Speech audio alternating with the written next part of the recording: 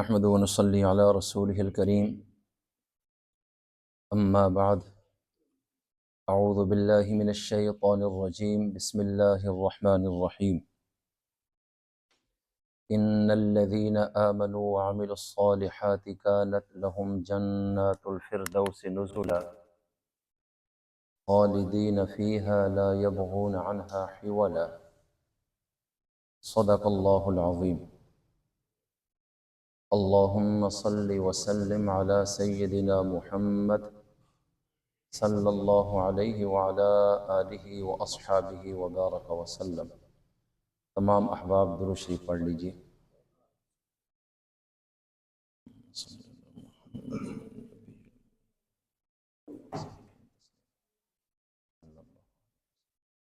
انتہائی قابل احترام ہر دل عزیز مسلمان بھائیوں، دوستوں اور بزرگوں،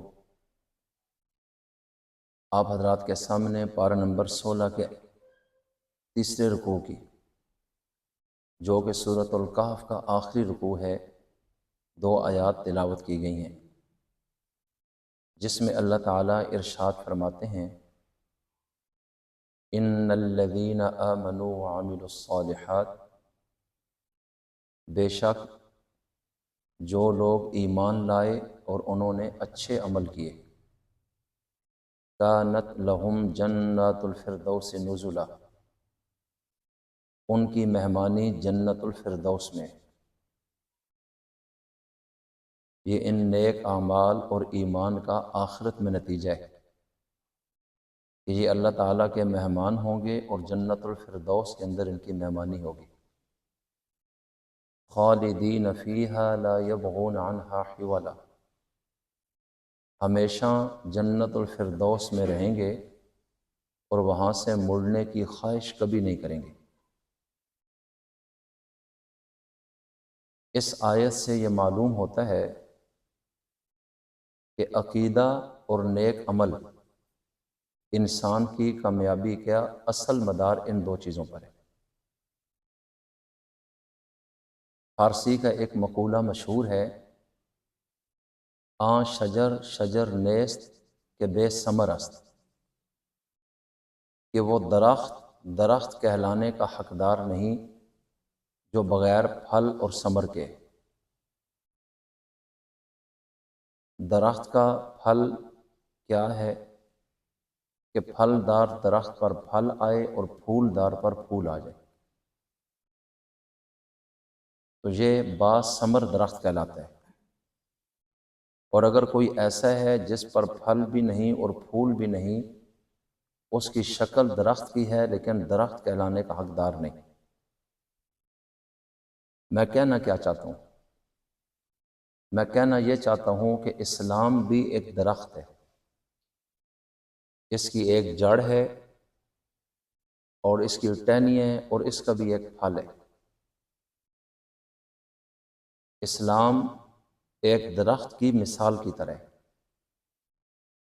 ہر درخت کی ایک جڑ ہوتی ہے، اس کی ٹہنیاں ہوتی ہیں اور اس کا پھل ہوتا ہے، تو یہ درخت کہلانے کا حقدار ہے۔ تو اسلام ایک ایسا درخت ہے کہ جس کی جڑیں اعتقادات، عقائد ہیں، عقیدہ، اور اس کی ٹہنیاں یہ وہ اعمال ہیں جن کا حکم اللہ تعالیٰ نے ہمیں دیا ہے: نماز، روزہ، حج، زکوٰۃ، جہاد، پردہ، حیا، صدقہ، خیرات، عاجزی، انکساری، حسن اخلاق وغیرہ۔ تو اسلام کے درخت کی جڑ اور بنیاد عقائد ہیں، اور اس کی ٹہنیاں وہ اعمال ہیں جنہیں قرآن نے نیک اعمال سے تعبیر کی ہے، اور اس کا پھل وہ جنت ہے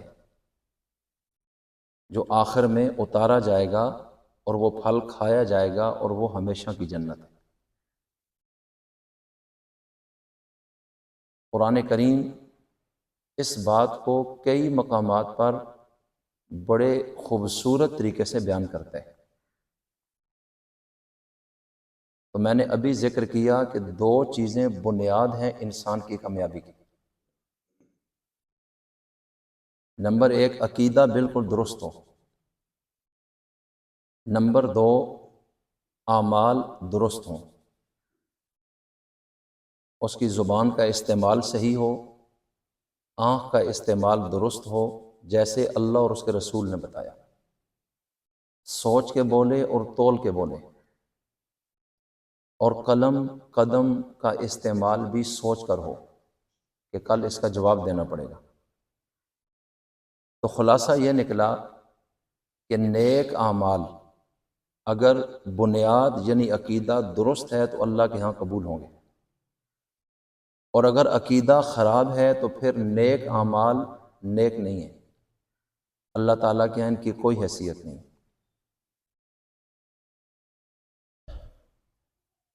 عقیدے میں سب سے پہلی چیز اللہ تعالیٰ کا حق ہے جو ہم نے اس کو دینا ہے، اور وہ عقیدہ توحید ہے، اور اس کی ضد شرک ہے جس سے ہم نے بچنا ہے۔ شرک اور کفر تمام نیک اعمال کو اڑا دیتے ہیں۔ جتنے مرضی آپ اچھے عمل دنیا میں کریں، لیکن اگر عقیدے میں کفر اور شرک ہے تو ان اعمال کو قیامت کے دن اللہ تعالیٰ ترازو میں تولیں گے بھی نہیں، ان کو اٹھا کر پھینک دیا جائے گا، اور ان اچھے اعمال کا بدلہ کسی نہ کسی شکل میں دنیا کی کسی نعمت کی صورت میں اللہ نے اس کو دے دیا، آخرت میں اس کا کچھ نہیں، چونکہ اس درخت کی جڑ ٹھیک نہیں ہے، تو یہ اپنی بنیاد سے سب کچھ خراب کر بیٹھا۔ اللہ تعالیٰ نے سورہ کافی کے اندر پارہ نمبر 16 میں رکوع نمبر 3 کے اندر اس چیز کی اہمیت کو بیان فرمایا ہے۔ قُلْ هَلْ نُنَبِّئُكُمْ بِالْأَخْسَرِينَ أَعْمَالًا، اے پیغمبر آپ کہہ دیں لوگوں سے، کیا ہم تمہیں خبر دیں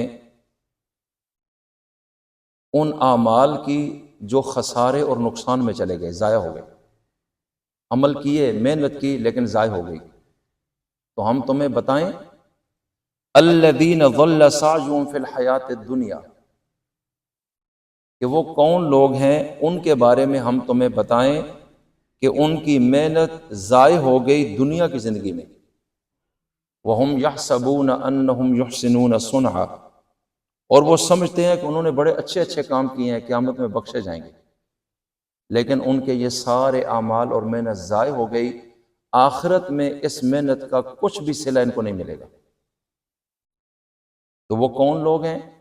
اولئک الذین کفروا بآیات ربہم، یہ لوگ جو اپنے رب کے احکامات کا انکار جنہوں نے کیا، یعنی کافر ہیں، مسلمان نہیں، ان کا عقیدہ خراب ہے۔ وَلِقَائِهِ، اور قیامت کے دن اللہ کے سامنے پیش ہونا ہے، اس عقیدے کا انکار کیا، اس ملاقات اور پیشی کا بھی انکار کیا کہ ایسی کوئی پیشی نہیں، کوئی قیامت نہیں۔ تو ان کا عقیدہ توحید، عقیدہ رسالت، عقیدہ قیامت، عقیدہ ختم نبوت اور دیگر جتنے عقیدے ہیں ان میں پرابلم ہے۔ اللہ کہتے ہیں کافروا، ان لوگوں نے انکار کیا ہے۔ تو یہ وہ لوگ ہیں جنہوں نے اس دنیا میں جتنے اچھے عمل کیے، جو لوگ بھی کہتے ہیں بہت اچھے کام ہیں، اللہ کہتا ہے دنیا کی زندگی میں اس کا پھل ان کو مل گیا ہوگا، لیکن آخرت کے اندر ان کو کچھ نہیں ملنا۔ فَحَبِطَتْ أَعْمَالُهُمْ، ان کے یہ اعمال ضائع ہو گئے، ناکارہ، کوئی ویلیو نہیں۔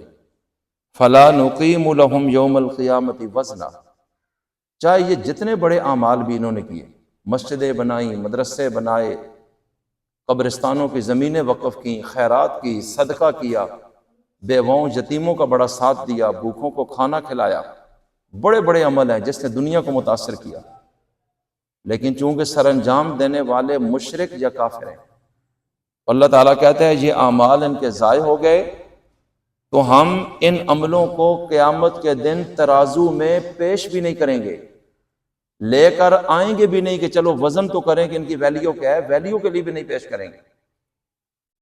ذالک جزاؤہم جہنم بما کفروا، یہ ان کی جزا ہے، ان کا بدلہ ہے جہنم۔ کیوں؟ کفروا، کہ یہ کافر ہوئے، انہوں نے کفر کا ارتکاب کیا۔ جو اللہ تعالیٰ نے بولا کہ ان چیزوں پر ایمان لاؤ، انہوں نے انکار کر دیا۔ وَاتَّخَذُوا آیَاتِي وَرَسُولِي ہُزُوًا، اور میری آیات اور میرے احکام کو اور میرے رسولوں کو انہوں نے مذاق بنایا ہوا تھا، اس لیے ان کے ان اعمال کی کوئی حیثیت نہیں ہمارے ہاں۔ اور قرآن کریم میں پارہ نمبر 3 سورہ آل عمران ہے، پارہ نمبر 3 کے بالکل آخری رکوع میں، آخری صفحے پر، اور پارہ نمبر 3 کی یہ آخری آیت ہے، اس میں اللہ تعالیٰ فرما رہا ہے ان الذین کفروا، جن لوگوں نے کفر کیا، جو کافر ہوئے، وماتوا، ہم کفار، اور وہ مرے کافر ہی تھے، مسلمان نہیں ہوئے، فلن يقبل من احدهم ملء الارض ذهبا، ہرگز نہیں ان میں سے کسی شخص کی طرف سے بھی قبول کیا جائے گا سونا زمین بھر کر بھی۔ جب اللہ پکڑ لے گا، اور دنیا میں تو پیسہ چلتا ہے، رشوت چلتی ہے، پوری زمین بھی سونے سے بھر کر دیں کہ یہ لے لیں، ہمیں چھوڑ دیں، اللہ کہتا ہے یہ نہیں چلے گا۔ وَلَوِ افْتَدَىٰ بھی، یہ زمین بھر کر سونے میں فدیے کے طور پہ دے کہ یہ لے لے، ہماری جان چھوڑ دیں، اللہ کہتا ہے جان بخشی نہیں ہوگی۔ اولئک لہم عذاب علیم، یہی لوگ ہیں جن کے لیے دردناک عذاب ہوگا۔ وما لہم من ناصرین، اور ان کو چھڑانے والا بھی کوئی نہیں، اور ان کی مدد کرنے والا بھی کوئی نہیں ہوگا۔ اللہ تعالی ہمیں محفوظ فرمائے۔ تو اس لیے میں نے کہا اسلام وہ درخت ہے جس کی جڑیں عقائد ہیں، عقیدے کا درست ہونا انتہائی ضروری ہے۔ اگر آپ کے عقیدے میں خدا نخواستہ شرک کی آمیزش یا کفر موجود ہے، تو پھر آپ کو اپنے آپ کو نیک اعمال کر کے تھکانا نہیں چاہیے، کہ یہ مزید پریشانی کا سبب بنے گا، حاصل کچھ نہیں۔ اب آپ دیکھیے کہ شرک کتنا بڑا جرم ہے اللہ کی بارگاہ میں۔ مجھے آپ یہ بات بتائیں کہ اللہ کی مخلوق میں سب سے بڑا رتبہ کن لوگوں کا ہے؟ اونچا بولیں۔ اللہ کے پیغمبروں اور رسولوں کا ہے، ان سے اوپر تو کوئی بھی نہیں ہے۔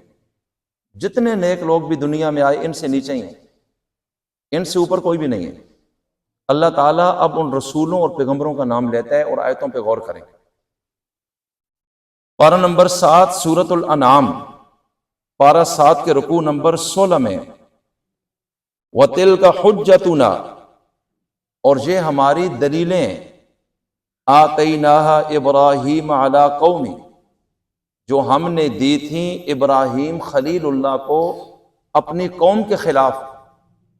جس وقت وہ پیش ہوئے اور اللہ کی توحید کے دلائل پیش کیے، اللہ کہتے ہیں یہ ہماری دلیلیں تھیں جو ہم نے ان کو علمی طور پر عطا کی۔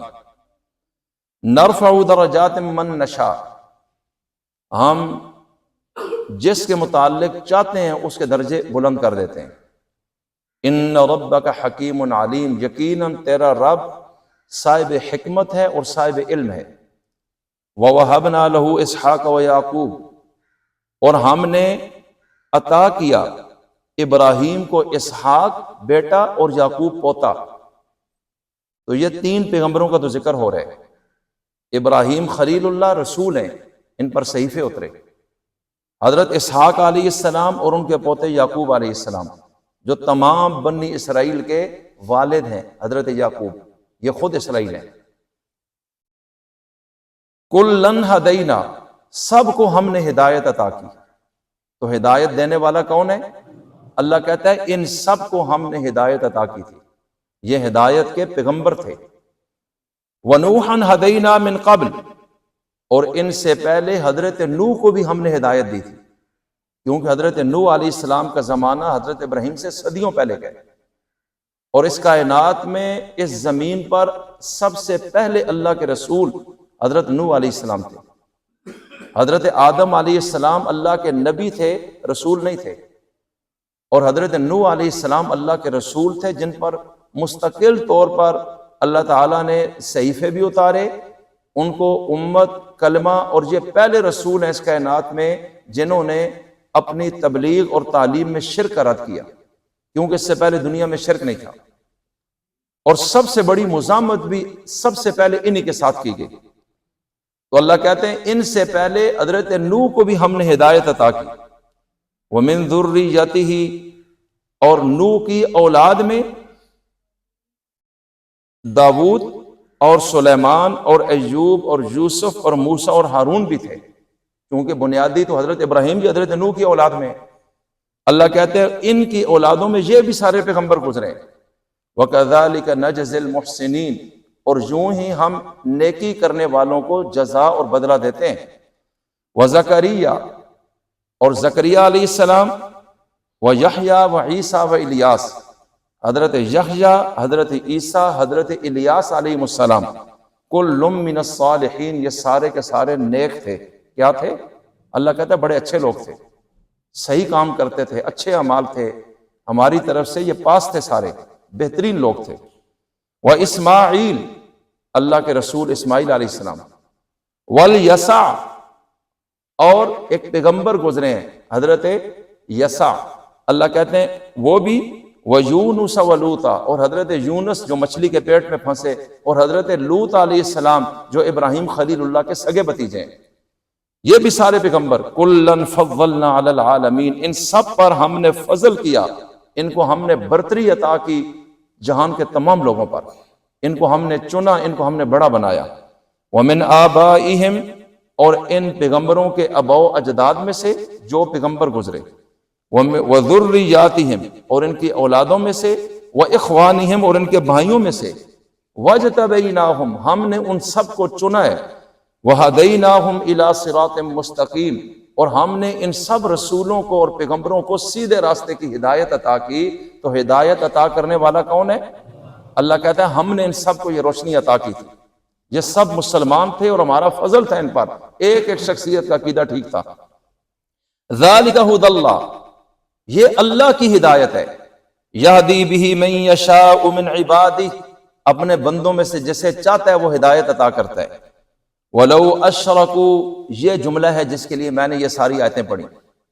اللہ کہتا ہے سنو، یہ سارے تو ہدایت پر تھے، نیک بھی تھے، ہمارا فضل بھی تھا، ہم نے چنا بھی ہے، صراط مستقیم کے راہی اور مسافر بھی تھے۔ یعنی ان کو جو اس کائنات میں اللہ کے بعد سب سے اونچی ہستیاں ہیں، اب اللہ قیامت تک کی انسانیت کو عقیدے کی اہمیت بتا رہے ہیں کہ میرے متعلق جو عقیدہ رکھنا چاہیے ان رسولوں نے وہ رکھا ہے، میرے ساتھ کسی نے شرک نہیں کیا اور میری بات کا انکار نہیں کیا، یہ باکمال لوگ گزرے ہیں۔ وَلَوْ أَشْرَكُوا، اور اگر، یعنی فرض کیا ہے، ہوا ایسے نہیں، اور اگر اشرکو، یہ سارے پیغمبر اور رسول بھی شرک کرتے، خدا نہ خواستہ کیا کر جاتے؟ جس چیز کو ہم نے حرام کیا ہے۔ اشرکو جمع مذکر غائب ماضی کا صیغہ ہے، یہ تمام پیغمبروں کا ذکر اللہ کر رہا ہے، اور اس میں سارے ہی پیغمبر آ گئے، چند کا نام لیا اور باقی کوئی اباء و اجداد میں، کوئی اولاد میں اور کوئی بھائیوں میں اللہ نے اشارے دے دیے کہ بچہ کوئی رسول نہیں، سارے رسولوں اور پیغمبروں کو ہم نے ہدایت عطا کی۔ اور اگر یہ سارے پیغمبر اور رسول خدا نہ خواستہ شرک کر دیتے، حالانکہ ان کے اعمال باکمال ہیں، ہر عمل ان کا دنیا کے لیے حجت ہے، اگر وہ شرک کرتے لَحَبِطَ عَنْهُمْ مَا كَانُوا يَعْمَلُونَ، تو جتنے نیک عمل انہوں نے کیے یا وہ کرتے رہے ہم ان سب کو ضائع کر دیتے۔ اس لیے میں عرض یہ کرنا چاہتا ہوں کہ ایمان بہت قیمتی چیز ہے۔ ایک بندہ آپ کو ملتا ہے بہت اخلاق کے ساتھ، خطاب بہت اچھا میٹھا کرتا ہے، پیسے آپ پر نچھاور کرتا ہے، لیکن وہ توحید کا منکر ہے، اس کی زندگی میں شرک ہے، ختم نبوت کا منکر، حدیث کا منکر ہے، معجزات کا منکر ہے، تو آپ اس کو نجات یافتہ مت تصور کیجئے کہ اس کی بخشش ہوگی۔ بے شک جتنا مرضی بزرگ نظر آئے اور ہزاروں لوگ اس سے بیعت ہوں، لیکن یہ گمراہ ہو چکا ہے اور جہنم کے سوائے اس کا کوئی راستہ نہیں، اس لیے کہ کسوٹی اور میزان صرف اللہ کا قرآن ہے۔ اللہ کہتا ہے میرے یہ رسول بھی اگر شرک کر لیتے اور عقیدہ توحید میں بگاڑ آتا، میں ان کو بھی نہ چھوڑتا، میں نے ان کے بھی سارے اعمال اور نیکیوں کو اڑا دینا تھا۔ اب یہاں تو اجتماعی طور پر سارے رسولوں کا ذکر کیا ہے، لیکن مجھے بتائیں کہ تمام رسولوں میں سب سے بڑا مرتبہ کس کا ہے؟ بولیں، زور سے بولیں۔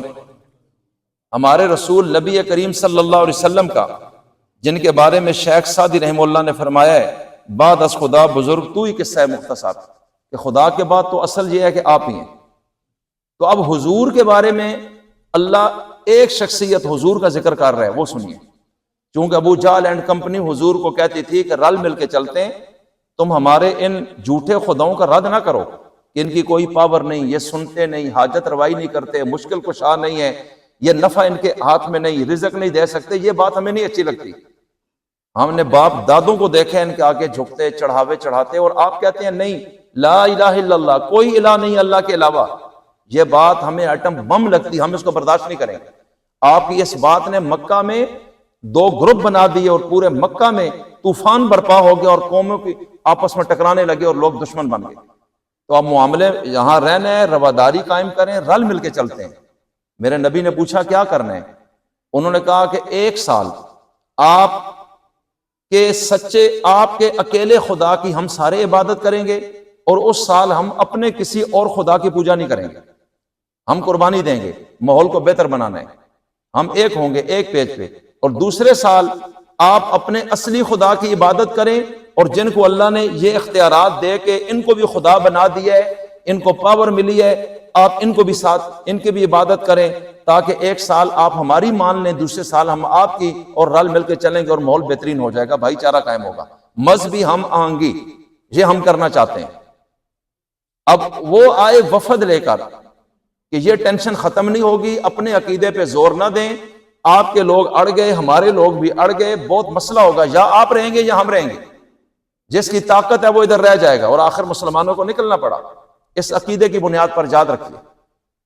لیکن وہ بار بار کوششیں کر رہے ہیں کہ کوئی درمیان کا راستہ، تو اب درمیان کا آخری راستہ یہ ہے کہ آپ ہمارے خداؤں کی بھی پوجا کر لیں، ہم آپ کے خدا کی بھی ساتھ پوجا کریں گے، رل مل کے اس نظام کو چلانا ہے۔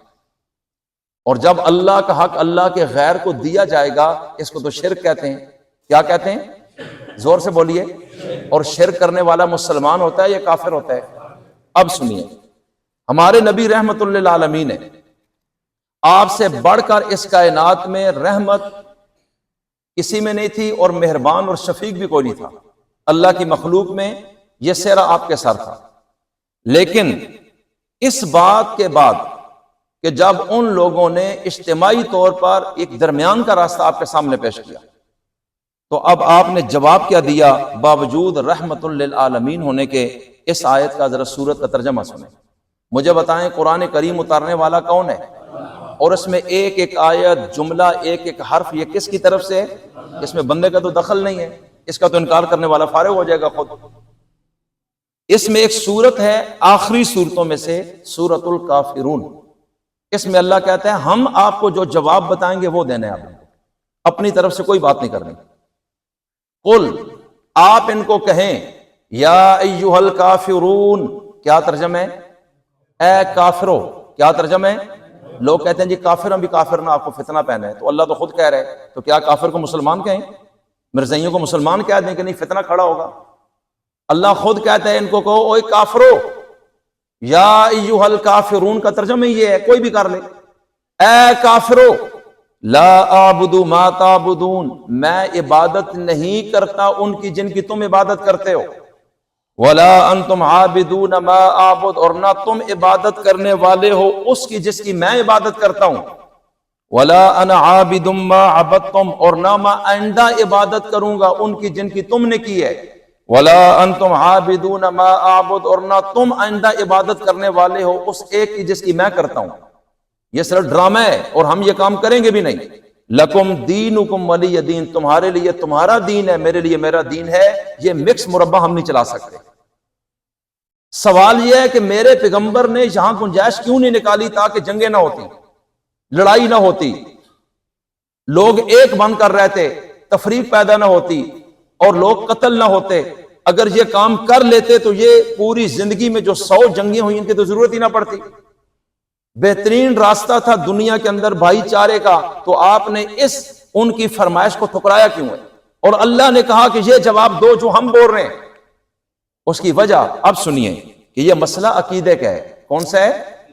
اور پارہ نمبر 24 میں رکوع نمبر 4، اب اس کا ذرا ترجمہ سنیں۔ قل اے نبی ان کو کہو افغیر اللہ تأمرونی اعبد ایھا الجاہلون کہ اے جاہلو. اب دیکھو رحمت اللہ عالمین کا انداز تخاطب. اے کبھی کہتا ہوں کافرو، کبھی کہتا ہوں جاہلو. اے جاہلو کیا تم مجھے مشورہ دیتے ہو کہ میں اللہ کے غیر کی عبادت کروں؟ مجھے یہ مشورے دیتے ہو؟ وَلَقَدْ أُوحِيَ إِلَيْكَ، اللہ کہتا ہے یوں جواب دیں. یہ میری عزت اور غیرت کا مسئلہ ہے، اس میں کسی کو کوئی اختیار نہیں ہے کہ وہ کوئی درمیان کا راستہ نکالنے کی کوشش کرے. قُلْ أَفَغَيْرَ اللَّهِ، قُلْ کا مطلب ہے آپ کہیں، یہ جواب دیں جو ہم آپ کو بتا رہے ہیں، اور انہی لفظوں میں میرے نبی نے جواب دیا ہے. اے جاہلو مجھے مشورہ دیتے ہو کہ میں اللہ کے غیر کی عبادت کروں؟ وَلَقَدْ أُوحِيَ إِلَيْكَ، اور سن لو اگلی بات کہ میں یہ کام نہیں کر سکتا. وجہ کہ میری طرف وحی کی گئی ہے. وحی کرنے والا کون ہے؟ وَإِلَى الَّذِينَ مِن قَبْلِكَ، اور مجھ سے پہلے جتنے پیغمبر اور رسول اس کائنات میں آئے سب کی طرف یہ وحی بھیجی گئی ہے. یہ صرف میری طرف نہیں، تمام رسولوں کو رب نے یہ کہا ہے، اور تمام پیغمبروں اور نبیوں کو رب نے یہ کہا ہے. لَإِنْ أَشْرَكْتَ لَيَحْبَطَنَّ، فرمایا میری طرف یہ وحی بھیجی گئی ہے. لَإِنْ أَشْرَكْتَ مذکر واحد کا سی ہے، صرف میرے نبی کو خطاب ہو رہا ہے جہاں، کہ خدا نہ خواستہ اگر آپ نے بھی اے کائنات کے عظیم رسول شرک کر لیا، خدا نہ خواستہ آپ نے بھی شرک کا ارتکاب کیا، لَيَحْبَطَنَّ عَمَلُكَ، تو آپ کے سارے نیک اعمال ضائع کر دیے جائیں گے. ضرور بے ضرور سب نیکیاں برباد ہم کر دیں گے. وَلَتَكُونَنَّ مِنَ الْخَاسِرِينَ، اور آپ نقصان میں پڑیں گے، آپ کی نبوت بھی ہم چھین لیں گے آپ سے. تو ایک مسلمان کے لیے سب سے اہم چیز صحیح عقیدہ ہوتا ہے. کیا ہوتا ہے؟ اب دیکھ لیں آپ، اگر گنجائش اس میں ہوتی تو رسول اللہ صلی اللہ علیہ وسلم کو ضرور میرے رب دے دیتے، لیکن حضور کہتے ہیں یہ تو مجھے بتا دیا گیا، یہ ریڈ لائن ہے، اس کو کراس نہیں کرنا آپ نے. اس لیے اور آگے کیا ہے؟ بَلِ اللَّهَ فَاعْبُدْ، وحی کی گئی ہے میری طرف کہ صرف اور صرف ایک اللہ کی عبادت کرو. وَكُن مِّنَ الشَّاكِرِينَ، اور اس کے شکر گزار بن جاؤ. اس لیے کہ ہم سب کو ہر ایک نعمت دینے والا کون ہے؟ اللہ کہتے ہیں میرے علاوہ کسی نے دیا کچھ نہیں، اس کے آگے کیوں جھکیں، اس کے نعرے کیوں ماریں، اس کا وظیفہ کیوں پڑھیں، اس کے نام کا جانور ذبح کیوں کریں؟ وجہ اس کائنات میں اس نے کیا کیا اور بنایا کیا، مجھے اس چیز کا نام بتاؤ. یہ بار بار اللہ کہتا ہے ارونی ماذا خلقوا، دکھاؤ نا مجھے انہوں نے کیا پیدا کیا ہے. سورہ لقمان کے پہلے رکوع کا ترجمہ پڑھیں، اللہ چیلنج دیتا ہے کہ ہر چیز ھذا خلق اللہ، یہ جو کچھ دکھتا ہے اور سنتا ہے یہ اللہ کی پیدائش ہے. فارونی ماذا خلقوا، تم کہتے ہو ان کو بھی پوجیں تو بتاؤ تو صحیح انہوں نے پیدا کیا چیز کی ہے، ان کی پاور ہمیں دکھاؤ کہ انہوں نے کون سا عجوبہ کام کیا اور کارنامہ پیش کیا، وہ دکھاؤ تو صحیح. اللہ کہتے ہیں کائنات کی ایک ایک چیز کو میں نے وجود دیا، بنایا، چلایا، سنبھالا، حفاظت کی، تدبیر کی، سب کچھ میں نے کیا ہے، اور یہ تو کوئی تھا ہی نہیں ان میں سے، نہ اب میرے ساتھ کوئی ہے. تو پھر ان کو میری پاور سمجھنا کہ ان کے ہاتھ میں بھی سب کچھ ہے، جو وہ چاہیں کر سکتے ہیں. اللہ کہتا ہے یہ میری غیرت کا مسئلہ ہے. اس میں کوئی پیغمبر اور رسول بھی اگر اس ریڈ لائن کو خدا نہ خواستہ کراس کرے گا تو میں ان کی نبوت چھین کے ان کی نیکیاں بھی ضائع کر دوں گا، ان کے اعمال میں برباد کر دوں گا. اس چیز کو کبھی بھی برداشت ہم نہیں کریں گے. تو اس لیے بلند آواز سے بتائیں کہ ہماری عبادتوں کا مستحق کون ہے؟ سجدہ صرف اور صرف کس کو ہوگا، اور چڑھاوا کس کے نام کا؟ یہ یاد رکھیں. یہ لوگ کہتے ہیں جی بڑے بابے نہیں یارویں تھے، نکے نہیں یارویں، یہ پتہ نہیں کتوں کا ڈیانے. او بھائی اگر اس کا مقصد صرف اتنا ہے کہ ثواب ان اللہ والوں کو ملے اور ہم اللہ کو راضی کرنے کے لیے اس کے نام پہ دے رہے ہیں، اس کو تو میں حرام نہیں کہہ سکتا. لیکن اگر آپ کی نیت میں یہ ہے کہ ہم یہ کریں گے اور شیخ کی روح خوش ہو کے ہماری مشکلات حل کر دے گی، اس سے بڑا شرک کون سا ہو سکتا ہے دنیا میں؟ اور کوئی بندہ بکرا ذبح کرتا ہے اور قبر پہ جا کے ذبح کرتا ہے، اس کی نیت کیا ہے کہ قبر والا میری مدد کرے گا؟ یہ تو سب سے بڑا شرک ہے، یہ تو جائز ہی نہیں ہے. آج کئی لوگ جہاں امام ضامن باندھ رہے ہیں، آپ دیکھیں ویڈیو پہ آ رہا ہوتا ہے، اور جی سیاسی لوگوں کو بھی بندھا جا رہا ہے. یہ کچھ ٹائم پہلے دیکھا خواجہ آصف نے ادھر باندھا ہوا ہے، عمران خان نے بھی بندھا ہے، بیوقوف آدمی نے، پتہ ہے کچھ نہیں شریعت کا. اب امام ضامن کیا ہے کہ جی وہ جو امام غار میں ہے وہ آپ کی حفاظت کرے گا، آپ فکر نہ کریں، آپ کو کچھ نہیں ہونا. تو یہ ہمارا عقیدہ تو نہیں. حفاظت کرنے والا کون ہے؟ اللہ کے بندو ان چیزوں کو سمجھنا چاہیے. شرک کی بو سے بھی اللہ کے رسول نے روکا ہے۔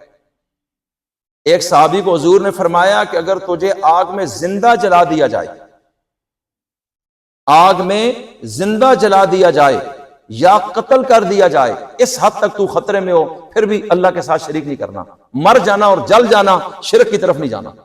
اگر ایک بندہ کہتا ہے کہ اللہ کے غیر کو سجدہ کر یا شرک کر، نہیں تو میں تجھے قتل کرنے لگا ہوں، حضور نے فرمایا قتل ہو جانا، شرک نہیں کرنا۔ اپنے صحابی غالباً حضرت ابو ذر غفاری کو فرمایا ہے کہ آپ نے قتل ہو جانا ہے اور آپ نے آگ میں جل جانا ہے، لیکن اللہ کے ساتھ شریک اس کی گنجائش کسی صورت بھی پیدا نہیں ہوتی۔ اللہ تعالیٰ معافی کا راستہ نہیں دیتا۔ قیامت کے دن میرے نبی کے لیے شفاعت کبریٰ ہے، لیکن مشرک اور کافر کے لیے نہیں ہے، ہی نہیں، راستہ ہی نہیں ہے۔ حضرت ابراہیم خلیل اللہ کے والد شرک میں مرے، حدیث میں آتا ہے، بخاری کے اندر موجود ہے، چیک کریں۔ حضرت ابراہیم نے یہ دعا کی تھی، پارہ نمبر 19 سورہ شعراء میں ہے، ربی لا تخزنی الی یوم یبعثون، اے اللہ جب ساری کائنات کے لوگوں کو قبروں سے اٹھا کے قیامت میں سامنے لائے گا تو مجھے لوگوں کے سامنے رسوا نہ کرنا، کیونکہ جب میرے باپ کو توق پہنائے جائیں گے، گھسیٹا جائے گا، مارا جائے گا، شرک میں مرے جہنم کی طرف، تو میری بڑی انسلٹ ہو جائے گی اور میری بہت عزت خراب ہو جائے گی کہ ابراہیم خلیل اللہ کے والد کی تذلیل ہو گئی، جہنم میں چلا گیا۔ حدیث میں آتا ہے، نبی کریم علیہ السلام نے فرمایا، اللہ نے فرمایا ابراہیم میرا قانون تو بدلے گا نہیں، کسی کا باپ دادا ہے، کوئی بڑا ہے یا چھوٹا ہے، شرک جس نے کیا اس کے لیے تو راستہ کوئی نہیں ہے، تو قانون تو ہمارا چینج نہیں ہوگا، جائے گا وہ جہنم میں۔ لیکن یہ سن لیجئے، اور یہ بھی قرآن پاک پارہ 11 میں ہے کہ ابراہیم خلیل اللہ کو رب نے روک دیا تھا کہ اپنے والد کے لیے دعا نہیں کرنی آپ نے، اس لیے کہ مشرک کی بخشش نہیں ہے۔ یہ اللہ تعالیٰ نے خود ذکر کیا ہے کہ ابراہیم نے پہلے دعا کی تھی، لیکن اس وقت جب ہم نے منع نہیں کیا تھا اور جب ہم نے روک دیا، پھر ابراہیم نے اپنے مشرک والد کے لیے دعا کبھی نہیں کی، اس لیے کہ مشرک اور کافر کی بخشش ہی نہیں ہے۔ قرآن کریم کہہ رہا ہے ساری دنیا کے پیر بھی زور لگائیں اس نے بخشینا ہی نہیں ہے، اور پیغمبر کو روکا جا رہا ہے بے شک آپ کا والد ہے، لیکن عقیدہ پہلی چیز ہوگی، یہ اللہ کا حق ہے اور ذاتی مسئلہ ہے، غیرت کا مسئلہ ہے، اس میں کوئی راستہ نہیں، رسولوں کے لیے بھی اور کسی ولی کے لیے بھی نہیں۔ تو پھر نبی کریم علیہ السلام نے فرمایا کہ اللہ تعالیٰ قیامت میں ابراہیم خلیل اللہ کے والد کو ایک جانور کی شکل میں چینج کرے گا جو کسی کو پتہ نہیں چلے گا، اور وہ اتنا چھوٹا ہوگا جیسے یہ بجو ہوتا ہے، اور پھر وہ مٹی میں لت پت ہوگا، اور اس طرح وہ رینگتا ہوا جہنم میں چلا جائے گا، کسی کو پتہ نہیں چلے گا یہ ان کا والد ہے۔ اللہ شکل چینج کر دے گا تاکہ ابراہیم خلیل اللہ کی تذلیل نہ ہو، لیکن اللہ راستہ نہیں دے گا۔ اور دوسری طرف ابراہیم خلیل اللہ کو اللہ کی توحید کی خاطر مشرکوں نے کپڑے اتار کے ننگا آگ میں ڈالا، اور ان کو اعزاز کیا ملے گا کہ قیامت میں سارے ننگے ہوں گے، ننگے، اور سب سے پہلے اللہ جس کو اپنے ہاتھوں سے، رحمت کے ہاتھوں سے جنت کا لباس پہنائے گا وہ ابراہیم خلیل اللہ ہوں گے۔ اللہ کہے گا میرے نام کی خاطر تو بے ابرو ہے، اس لیے آج سب سے پہلے جنت کی قمیض اور کپڑے ابراہیم خلیل اللہ کو پہنائے جائیں گے۔ اس لیے میرے عزیزو عرض یہ کرنا چاہتا ہوں کہ اسلام وہ درخت ہے جس کی بنیاد، جس کی جڑ عقیدہ ہے۔ عقیدے کو ہمیشہ درست رکھیں ورنہ اس سوائے بربادی کے کوئی راستہ نہیں۔ اور دوسری بات یہ عرض کر دوں، اس کے بعد نیک اعمال ہیں۔ نیک اعمال کا بدلہ دنیا میں بھی ہوتا ہے اور آخرت میں بھی۔ آخرت میں وہ کنفرم ہے، شرط یہ ہے کہ عقیدہ صحیح ہے، ورنہ وہ قیامت میں تولا بھی نہیں جائے گا۔ اور اب یہ سنیے کہ نیک اعمال آخرت میں تو اس کا بدلہ ہے ہی ہے، آخرت میں اس کا بدلہ تو قرآن پاک کی آیتیں میں ابھی پڑھوں گا انشاءاللہ، ترجمے سے آپ کو پتہ چل جائے گا، لیکن دنیا میں بھی ان نیک اعمال کی وجہ سے اللہ تعالیٰ نعمتیں برسا دیتا ہے اور مشکلیں دور کر دیتا ہے۔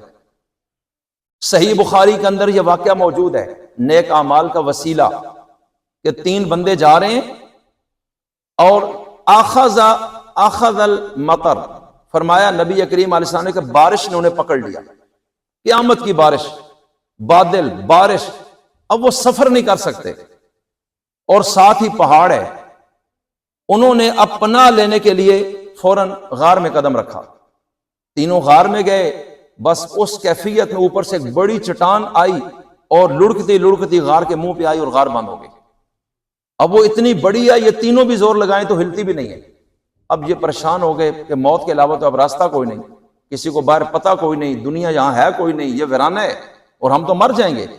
اب موت سامنے آ گئی تو تینوں نے اس مشکل میں اللہ کو پکارنے کا فیصلہ کیا اور آپس میں طے کیا کہ ہم تینوں کا جو نیک عمل اللہ کی رضا کے لیے زندگی میں ہوا ہے، اب ہم دعا کریں گے اور اپنے اپنے نیک عمل کو وسیلے میں پیش کرو کہ یا اللہ اس نیک عمل کی برکت سے ہمیں اس مصیبت سے نجات عطا کر۔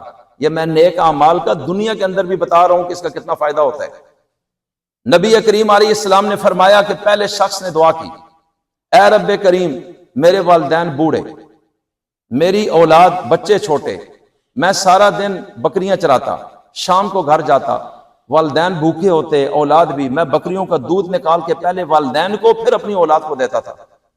والدین کا ادب و احترام اتنا زیادہ تھا میرے اندر، حالانکہ لوگوں کے دل کی جو اندر سے ہے نا کشش شک، وہ اولاد الپاسے زیادہ بہنی، لیکن اس نے کہا میں نے ماں باپ کو ہمیشہ ترجیح دی ہے اولاد پہ، کہ تو نے والدین کا بڑا سخت آرڈر کیا ہے آسمانی حکموں میں۔ تو اے رب کریم ایک رات میں لیٹ آیا، والدین بھوکے سو گئے اور بچے بھی بلک رہے ہیں، دودھ میں نے دھویا، اب بچے چاہ رہے ہیں کہ ہمیں پہلے ملے، بیوی چاہ رہی ہے، لیکن میں نے کہا نہیں میرے امی ابو پہلے پئیں گے، لیکن اب میں ان کو اٹھانا بھی نہیں چاہ رہا، وہ سوئے ہوئے ہیں۔ میں دودھ کا پیالہ لے کے رات کو ان دونوں کے سرہانے کھڑا ہو گیا کہ جب بھی ان کی آنکھ کھولے گی میں دودھ ان کو پیش کر دوں گا۔ بچے بلک رہے ہیں، پاؤں پکڑ رہے ہیں، ادھر ہی سو گئے، ادھر ہی روتے روتے، لیکن میں نے اپنے والدین، اور جب پھر رات کو کسی پیر بھی ان کی آنکھ کھلی، میں نے ان کو دودھ پلایا اور اس کے بعد اپنی اولاد کو اور باقی گھر والوں کو دیا اور خود پیا۔ اے اللہ یہ عمل میں نے صرف تجھے راضی کرنے کے لیے کیا، اگر تو تیرے علم میں یہ ہے کہ یہ صرف تیرے لیے میں نے نیک عمل کیا ہے، مجھے دنیا کی کوئی غرض نہیں، تو پھر اتنا کم از کم پتھر پیچھے ہو کہ آسمان کی روشنی تو آ سکے، کچھ امید کی کرن پیدا ہو۔ حضور نے فرمایا جو ہی نیک عمل کا وسیلہ اس نے پیش کیا، اللہ نے دعا کی اور 1/3 حصہ پتھر کا پیچھے ہٹ گیا۔ اب دوسرا بولتا ہے اے اللہ میرے چچے کی بیٹی، مجھے اس سے محبت تھی، وہ مجبور تھی اور وہ مجھ سے قرض لینے آ رہی ہے اور میرا دل بدنیت ہو گیا، میں نے اس کو 100 دینار کے عوض زنا کی پیشکش کر دی، اب وہ نہیں چاہ رہی ہے، اس کے بچے ہیں لیکن انتہائی مجبور، لیکن میں نے ناجائز فائدہ اٹھانا چاہا، 100 دینار اس شرط پر اس نے قبول کر لیے، لیکن پھر عین وقت پر جب میں برائی کرنے لگا رکاوٹ بھی کوئی نہیں، اس نے کہا اللہ سے ڈر، اللہ کا خوف رکھ، اس کے کار سے بچ، تو میں نے صرف تجھ سے ڈرتے ہوئے اس گناہ سے اپنے آپ کو بچا لیا۔ اللہ اگر تیرے علم میں یہ ہے کہ یہ میں نے صرف تیری خاطر کیا ہے اور میں پیچھے ہٹا تو اس نیک عمل کے واسطے مجھے راستہ دے۔ حضور نے فرمایا یہ دوسرا عمل جب پیش کیا تو ساتھ ہی چٹان جتنا پہلے ہٹی اتنا اور قدرت نے ہٹا دی، لیکن ابھی نکل نہیں سکتے تھے۔ اب تیسرے نے کہا اے میرے رب کریم، میرے ہاں کچھ مزدوروں نے کام کیا، شام کو ان کو میں نے ان کی مزدوری دے دی، لیکن ایک مزدور نے جو کام کیا چند دن، اس کی جو اجرت بنی میں اس کو دینا چاہ رہا تھا، اس نے لیے نہیں، وہ چلا گیا، اور وہ امانت تھی میرے پاس۔ پھر میں نے اس کے ساتھ زمین میں کاشت کی، چاول وغیرہ کاشت کیے، اور اس طرح اس کو کاروبار میں لگایا، پھر اس سے جو آمدن آئی وہ بڑھتی چلی گئی، پھر میں نے اس کا بیل لے لیا، پھر میں نے ایک چرواہ رکھ لیا، اس طرح جانور بڑھتے چلے گئے، اور ایک زمانے بعد وہ شخص آیا ہے اور اس نے آ کے کہا کہ میری امانت، تو میں نے اس کو کہا یہ جو 2 پہاڑوں کے درمیان تجھے جنواری جانور نظر آ رہی ہیں یہ سب تیرا لے جا۔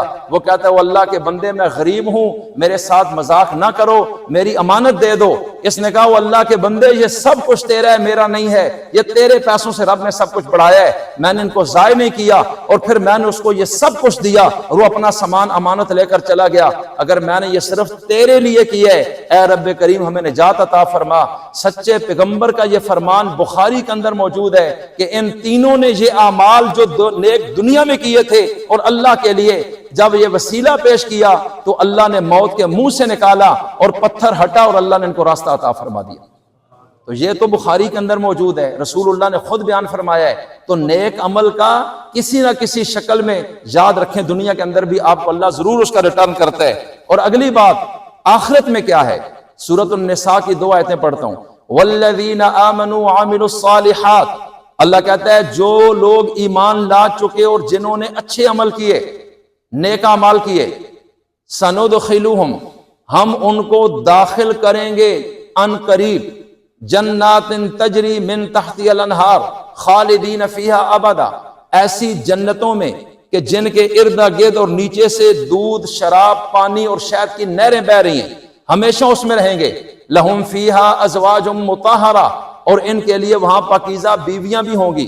توجہ، وَنُدْخِلُهُمْ ظِلًّا ظَلِيلًا، اور ہم ہمیشہ کے گھنے سایوں میں ان کو یہ مرتبہ عطا کر دیں گے۔ آخری بات کر رہا ہوں، اور اسی سورہ نساء کے آخری رکوع میں فرمایا فَالَّذِينَ آمَنُوا بِاللَّهِ وَاعْتَصَمُوا بِهِ، کہ جو لوگ اللہ پر ایمان لائے اور اس عقیدے پر مضبوط رہے، ڈاماڈول نہیں ہوئے، تو سن لو فَسَيُدْخِلُهُمْ فِي رَحْمَةٍ مِّنْهُ وَفَضْلٍ، کہ ان سب کو اللہ اپنی رحمت اور فضل میں داخل کر دے گا۔ وَيَهْدِيهِمْ إِلَى صِرَاطٍ مُسْتَقِيمٍ، إِلَيْهِ صِرَاطًا مُسْتَقِيمًا، اور اللہ ان کو سیدھے راستے کی ہدایت دیتا رہے گا۔ اس لیے آج تہیہ کر لیں کہ ہم مرتے مر جائیں گے، ہمیشہ اللہ سے مانگیں گے، اللہ کے آگے جھکیں گے، اللہ کو راضی کرنے کے لیے ہر عمل کریں گے، اور نیک اعمال کا راستہ اختیار کریں گے۔ دنیا میں بھی اس کا فائدہ ہے اور آخرت میں بھی فائدہ ہوگا۔ تو کون کون اس کے لیے ارادہ کرتے ہیں انشاءاللہ؟ تاجر اپنی تجارت میں سوچے کہ نیک راستہ کیا ہے، کہ تول کر دینا ہے تو زیادہ دو، تھوڑا سا لینا ہے تو بے شک کم ہو، تاکہ قیامت میں میرے لیے کوئی مشکل نہ ہو، اور ڈنڈی نہیں مارنی، خیانت نہیں کرنی، جھوٹی قسمیں نہیں اٹھانی، اور اگر کوئی بندہ عدالت میں کر رہا ہے کام، جھوٹی گواہی کا سہارا نہ لے، کسی کا حق مت دبائے۔ اگر کسی کو رب نے کسی سیٹ پر بٹھایا ہے تو وہ مظلوم کے لیے سد سکندری نہ بنے کہ وہ اپنے حق کے لیے بھاگتا اور پھرتا رہے۔ کسی کو رب نے جج بنا دیا ہے وہ صرف انصاف کو اپنے اوپر لازم کر لے، اور کسی کو رب نے مالدار بنا دیا ہے تو یہ شیطان کے راستے کی پیروی مت کرے، بے حجائی کے راستے کی طرف مت جائے، تکبر اس میں نہ پیدا ہو۔ اس لیے ہر بندے کے حساب سے نیک اعمال اللہ کے نبی نے بتائے ہوئے ہیں کہ نیک عمل صرف داڑھی اور پگڑی کا نام نہیں، اس کا زندگی کے ایک ایک قدم سے تعلق ہے، زندگی کے ایک ایک شعبے سے تعلق ہے۔ اللہ مجھے بھی صحیح ایمان اور نیک عمل نصیب فرمائے اور آپ کو بھی نصیب فرمائے۔ وما علینا